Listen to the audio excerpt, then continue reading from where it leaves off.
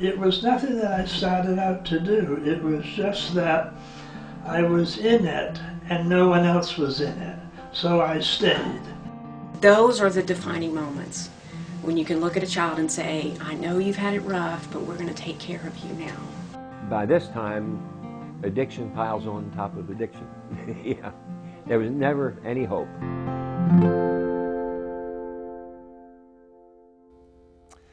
Hello and welcome to the Mississippi Observer. I'm Brad Schultz. The Mississippi Observer is a project of the magazine students at the University of Mississippi under the direction of Mr. Magazine, Dr. Samir Husni.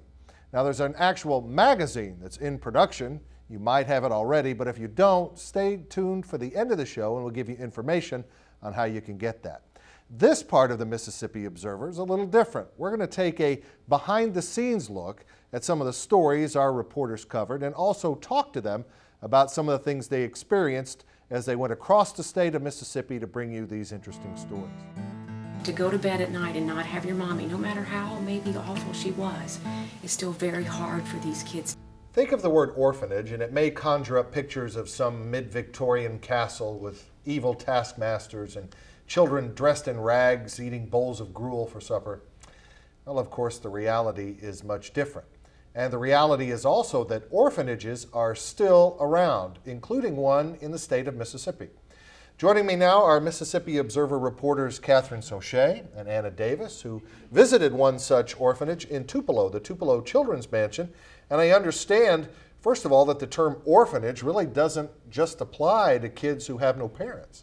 That's right. The Tupelo Children's Mansion has just so many ministries, and mostly they minister to what they call social orphans. So these are kids that have come from backgrounds, some may still have their parents who are abusive, some come from backgrounds where families couldn't take care of them, some do come from families who have been deceased, but yeah, so it's a wide range of children from all over. Anna, what were your initial impressions as you went to this facility? Well, kind of like you said in your intro, I think we definitely have some preconceived notions about what a children's home or an orphanage would appear to look like when you first come onto campus. But when Catherine and I went, it was such a different experience. In fact, it was a very loving, friendly, family environment, and you can really see why the kids feel like it's a home at the Tupelo Children's Mansion. It's not just a place to be or live, go to school.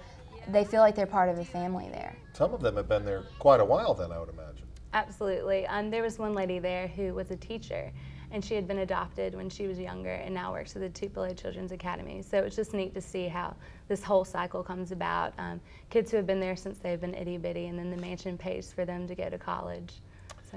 Wow. Are there any, I'm sure several kids attached themselves to you, and you met a lot of different kids over there. Any ones in particular stick out in terms of personal stories? We met the newest resident of the orphanage that was a little boy named Zanley, and he was a 4-year-old, and we went to his classroom. And in the classroom, it's not just kids from the home, but it's also kids from the community. And they were learning about the letter R, and Zanley told us all about it, and he was excited, telling us about his trucks and his cars and other things he likes to play with, so that was really neat. It's a good environment around me, and it makes me feel like there's nothing going to be wrong here, and anything I ever need is here, and I feel loved here. It's my calling in life to work with children, and so I would say my main inspiration comes from God. Short of that, it would be, just my own life experiences and knowing that even through difficult times, if you are given the right amount of support and help, that you can overcome just about anything. Those are the defining moments when you can look at a child and say, I know you've had it rough, but we're going to take care of you now. And those kids came here, and a lot of times it's no matter what they come from, there's an adjustment. And they still, no matter what they've come from, don't understand why they can't go back home. Anna, what happens to these kids when they get to be adults, age 18 or beyond? Let's say they don't want to go to college. What do they do then? Well, one thing that the mansion really tries to do is prepare these kids for a future outside of the mansion. They want these kids to have as much as an opportunity as anyone else who goes to a different school or who lives in a regular home with a family. So they prepare the kids by helping them build resumes and maybe even doing internships. They do prepare them for college, but if they decide that they don't want to do that, the mansion is very keen, and they listen to what the children want, and they try to help them facilitate whatever it is that they're trying to do. So they're just like a family, you know, like parents would listen to their children and help them, you know, achieve the goals that they want to have for themselves. Is it the same people that have been running this for a number of period of years, or what? Who's kind of in charge of it? Well, the Judds are now, but it started with a Reverend T.C. Montgomery, and he had this burden, and the story goes that he went without for a number of years in order to establish this orphanage. Like, one of the stories is he went on crackers and cheese for months upon months and shaved in a ditch in order that this could get started. So it's neat to see how the sacrifice of one man has just really formed a legacy. Ladies, we thank you for your input, and we look forward to seeing your story in the magazine. It's an addiction piled on top of addiction. The Mississippi Observer has 2 stories of addiction in the current edition. One is about a place called Gentle Path. You may have heard of it. It's down in Hattiesburg, and it's a place for sex addicts, and it has had some rather famous clientele recently, including Tiger Woods. Be sure to catch that story in the print edition of the Mississippi Observer. Another story that was covered about addiction of a less serious nature, I suppose, is one that involves someone who's very well known in North Mississippi, especially to the people at the University of Mississippi. Joining us now is Angela Rogowski and L.A. Turner, reporters for the Mississippi Observer, who had the opportunity to talk to Dr. James Cook, who I understand has a bit of a military history addiction. Is addiction a fair word to use? It's very fair. He's genuinely addicted to what he loves, which is the artifacts, the military, World War II. He has a gun from each participant in that war. He's managed to acquire that. And yeah, addiction would be a very fair word. Ellie, but a good addiction. You were at his house, Ellie. Is it kind of like one of those hoarder homes where there's just military stuff stacked all over the place? I would say, I mean, anything you can think of. Books, he has guns, uniforms. One thing we found really interesting was he actually had a bullet that had teeth marks in it that actually went into a soldier's mouth. They did that for pain for the soldiers when they didn't have any medicine. And I mean, that was unreal to me that he had something like that. He had a couple of different things that, I mean, were really exclusive, really hard to come by, and they're sitting in, you know, his home. And so I would say definitely, I mean, he's quite the collector. A lot of the things down there are 150 years old. I mean, it's 150 years since the war. And I'm finding it more and more difficult to preserve leather, preserve cloth, weapons, okay. But when we start getting down to the nuts and bolts of how do you preserve a leather cartridge box, it becomes a chore after, you know, so many years of collecting that stuff. Well, Dr. Cook is an author as well, a historian, taught at Ole Miss for 30 some odd years. Did he give you any indication as to how all this got started? He really did. He would go and visit his uncle. And his uncle was a big, like, Civil War buff, and he got him involved in this. And it just, as he described it, it was one addiction piled upon another addiction. And over the years, it just kept him going. He loves doing it. I also understand that he's married, been married for 50 years. A lot of these guys sometimes, it's hard. Their addiction kind of runs off the family, but it seems like that's not a problem here at all. No, his wife is really one of his biggest supporters. She actually goes and does a lot of the copies for him for his pictures. She helps him. She designed the room for him. He has a museum room in his home, which he keeps everything in, and she helped build the cabinets. It's amazing. Emily, didn't he say something to you about what were the 3 most important Yeah, he did, and one of them was teaching at the university, and the other one was his wife, and I can't remember the other one. But actually, the other one was coming back from the war alive. He said that was a big plus.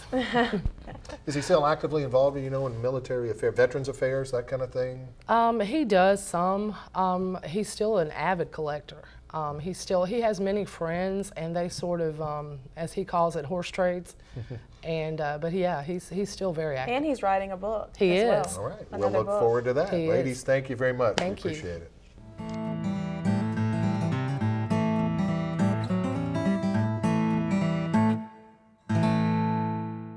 You probably don't know the name Lisa Robertson, but chances are you have heard of the name Lisa Langley. She's the Oxford woman whose life was turned upside down 5 years ago. In October 2006, her then husband, University of Mississippi police officer Robert Langley, was killed in the line of duty. 5 years have now passed since that tragic day. Sarah Hurston, Mississippi Observer reporter, sat down with Lisa, now Lisa Robertson, to talk about the anniversary. Thank you for being here with us today, Lisa Robertson. Can you walk us through your emotions and feelings the night it happened, October 21st, 2006? Sure. I was at home. 2 police officers came to my door and took quite some time to get me to the door. But after getting me there, 2 of the police officers, one that I'd worked for before and the other one I knew, told me that Robert had been in an accident and that I needed to come with them. And I then asked one of the officers, tell me what's going on and how bad is this. And he just said that it didn't look good, that we just need to rush and get you to the hospital fast. So after doing that, I went back to my bedroom and went to my closet, and I decided that I better go ahead and say a prayer because I knew I wasn't going to be able to handle this. So I said a prayer to the good Lord and turned it over to Him right then and there.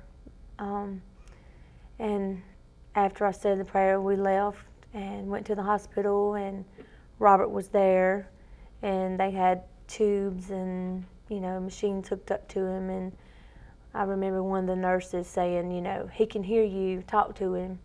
So I began to say, Robert, I'm here, you know, everything's going to be okay. And shortly after that, some nurse runs in and said the helicopter's here to take him to the med. And they took him to the med, and one of the police officers took me in the patrol car. And after getting to Memphis to the med, one of the doctors come in with me and my pastor and some friends and family that had come to join me there, told me that Robert didn't make it, that he was on life support and that I could go up and see him. So we went up to see him, and you know, my pastor was there and friends and family, and he said, you know, he showed me the scan where they did a brain scan on him. He had no brain activity, so we knew at that point we were going to have to take him off of the machine. And I wanted to see if I could donate Robert's organs, and we had to wait on the transplant team. Well, after further review from that, they were not able to use his organs because just some technicalities. So we then decided to cut the machine off, and within 13 minutes his body functions and heart had stopped beating, and then it was just, you know, we went to the hallway, and I remember a bunch of officers standing on the wall, you know, just in the looks on their face was just, you know, what happened. And, you know, I told them that Robert didn't make it, that, you know, he was gone, that we've got to leave here and see what our next step is. So we all left and joined back at my home later on here in Batesville. If you could say a message to Daniel Cummings today, if he was here, what message would that be?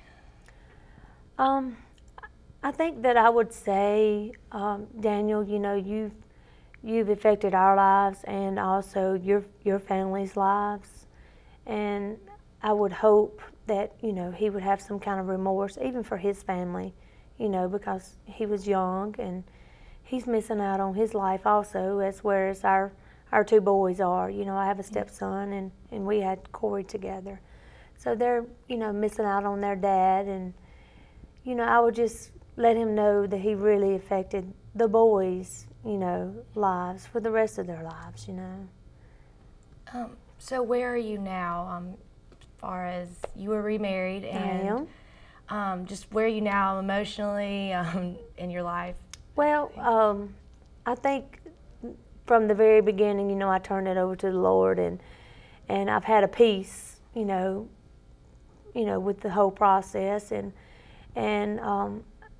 you know, we live our everyday, and we don't forget, but you have to move on. You know, life continues on, and God tells tells us that He's going to take care of us, and I do believe that He has. You know, He's brought Chris into our lives, and we have a new daughter, and she's 2, and she's just fun for Corey. You know, and we also see Robbie, and it's you know, I guess good's come out of something bad, and that's the way you got to look at it. You know. Well, thank you for being here with us today. Well, thank you for having me. The real secret of this kind of photography is access. Access, access, access. There are no shortage of rock and roll icons from the 1960s. Bob Dylan, Mick Jagger, Janis Joplin. What do they all have in common? Well, one thing is a man who now lives in Mississippi. Joining us with the story of photographer Dick Waterman, our Mississippi Observer reporters Ben Hurston, and we bring back Angela Rogowski. Dick Waterman is a fascinating character, a man who grew up in New England, now living in Mississippi, and has a long history of taking photographs of famous musical icons, I guess. Yeah, it's kind of incredible. The two of us, along with a couple of other reporters, got a chance to go into his home, and I mean, as soon as you walk in, there are photos everywhere. He's got a computer full of thousands of images that have never been published. I mean, this guy has photographed pretty much the biggest names out there. Angela, how did he end up in Mississippi, though? Well, he followed actually the blues. He got into Son House, meeting Son House, so he took a trip to the Delta, which he always felt was the aorta of the blues. It was something like a trek. He and a couple of friends took off for the Delta, and he loved Mississippi. Well, let's hear from Dick Waterman in his own words, and he'll take us through some of the many photographs he's taken over the years. I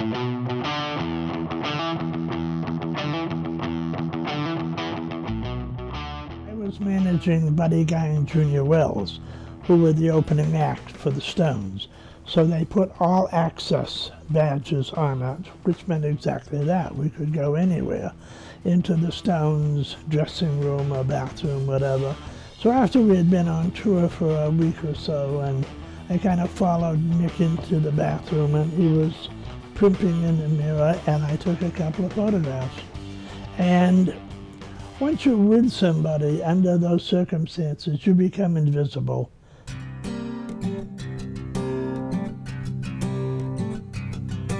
Having a little spat, and they asked Joan if she would do a few songs, and she said no. And so they asked Bob, and Bob said he would. So Dylan went up and was playing, and Joan came up behind him, sat down, and put her left hand on his back, and he knew who it was, but he ignored her. I didn't print that for about 30 years or so, and then I felt that I had not invaded their space, but they had brought their misery out and put it in front of me.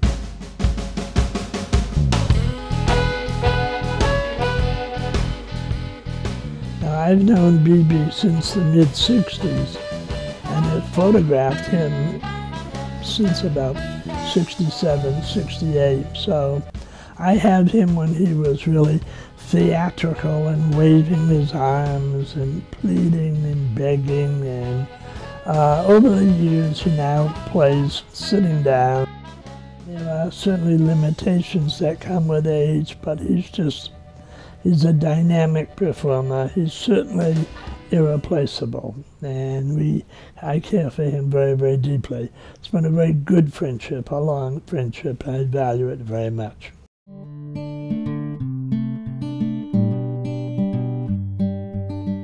The thoughts of a career or being in music was certainly way, way down beyond the horizon at that point. This is just a nice shot of a pretty 19-year-old girl. And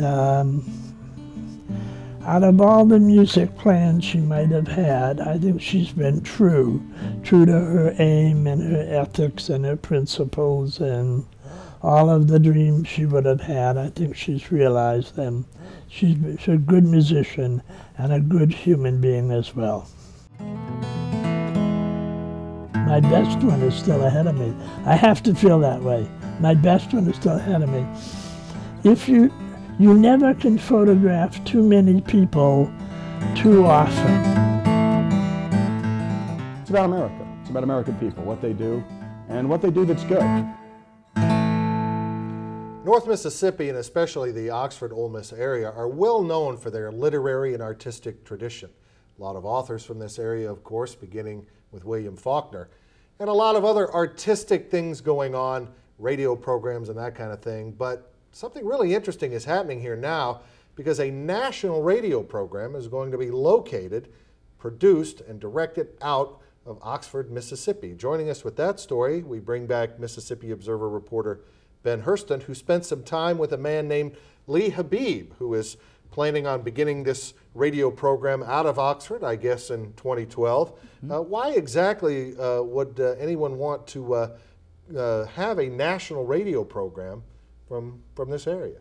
Well, Mr. Habib is originally from New Jersey, but his wife is from Mississippi, and he came down here, and he said that he really just saw a lot of potential in the students at this university, and he said he wants to make his wife proud to be from Mississippi. So I think he's going to work closely with students and really put a good show out. I'm broadcasting from Oxford, Mississippi, northern Mississippi, home of Ole Miss, and a state I've adopted as my own. Do we know what kind of radio program is it going to be? A talk show or a political show or what? Yeah, it's actually going to be kind of just like a show about normal Americans. He said he's going to go for just real life people with real stories. It's not going to have any like political view or any specific message. I don't think. It's just going to be Americans telling their stories. When I was an undergrad, William F. Buckley was the editor of National Review, and he took me under his wing and mentored me.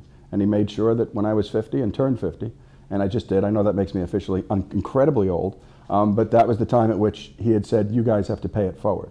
And so I fully plan on, when I launch this show, having 20-year-old correspondents all over the country, not just Ole Miss, but I want them reporting from all over the country with their iPhones. Because the iPhone goes straight to the radio, which goes straight to the podcast, and straight to the internet. And I want to hear what young people think. Does he have a background, an extensive media background? Has he done this other places as well, or is this kind of his first trip into radio? Yes, he actually is the vice president for Salem Radio Networks, which is a huge conservative radio network. And for whatever reason, he's decided that he wants to kind of step away, I guess, from more conservative radio and really just do real Americans. I have talked to him only briefly. My wife kind of met him in a chance meeting here in Oxford and just raved about what a magnetic personality he has. Now, you spent a lot of time with him. He has that kind of personality which almost makes you want to listen to him. Absolutely. He is not shy at all, and he's captivating, and what he says, he's done his research, he knows what he's talking about, and he's an influential guy, definitely. He also has a lot of thoughts about journalism and media and kind of where we are in all that he talked with you, I believe, right? Right. He was kind of inspiring because he talked about journalists should be the people that tell the stories that other people want to hear. And I think Mr. Habib feels like that may not be being done enough. Maybe they're telling the stories that they want to hear instead of what the people want to hear. And you know, he really said like journalists should be the ones who are going and doing extensive research and who are finding stories, because you know people don't know what they want until the journalists give it to them. Well, Ben, we appreciate it, and thank you so much for joining us. Absolutely.